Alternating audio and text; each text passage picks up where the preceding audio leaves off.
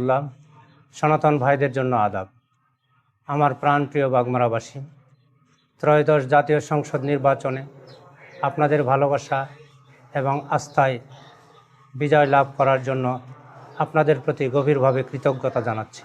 আমি মনে করি এই বিজয় কোনো ব্যক্তি বা দলের বিজয় নয়, এই বিজয় গোটা বাগমারাবাসীর বিজয়। নির্বাচন শেষ, আর কোনো সংঘাত নয়। আমি উভয় দলের প্রতি আহ্বান জানাবো, দয়া করে কেউ উত্তেজনা ছড়াবেন না। বাগমারার শান্তি শৃঙ্খলা রক্ষার্থে, বাগমারার উন্নয়নের জন্য আমরা পরস্পরে মিলে কাঁধে কাঁধ মিলে কাজ করব ইনশাআল্লাহ। প্রিয় বাগমারাবাসী, আপনারা যে আমানত আমাকে দিয়েছেন, এই আমানত যেন আমি রক্ষা করতে পারি, এই জন্য আপনাদের দোয়া এবং সহযোগিতা কামনা করছি। সবাই ভালো থাকুন, সুস্থ থাকুন, সুন্দর এবং নিরাপত্তার বাগমারা হোক, এটাই আমাদের আশা। আসসালামু আলাইকুম রহমতুল্লাহ।